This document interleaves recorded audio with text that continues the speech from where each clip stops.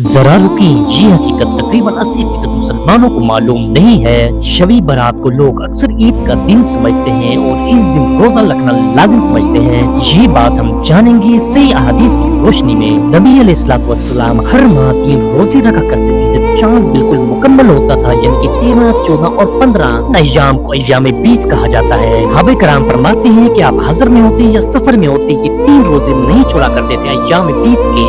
खास बात यह है कि नबी अलैहिस्सलाम ने फरमाया, जिस शख्स ने हर महीने के दरमियान 3 दिन के रोजे रख लिए, गोया इसने पूरा महीने रोजे रख लिए। सहीह हदीस में हज़रत अली से बयान है कि निस्फ शबान की रात क़याम और दिन में रोजा रखा जाए, लेकिन ये रिवायत कमजोर है, इसलिए फर्ज से लाजिम नहीं है। अक्सर मुसलमान 15 का तो रोजा रखते हैं, लेकिन 13 और 14 का छोड़ देते हैं। मुसलमानों को चाहिए कि हर माह जब चांद पूरा हो तो 3 रोजे रखें, ताकि पूरे महीने का सवाब मिले। 15 शाबान ईद का दिन है और रोजा रखना लाजिम है। ऐसी कोई हदीस मिली है तो कमेंट में अपनी राय जरूर बताइएगा।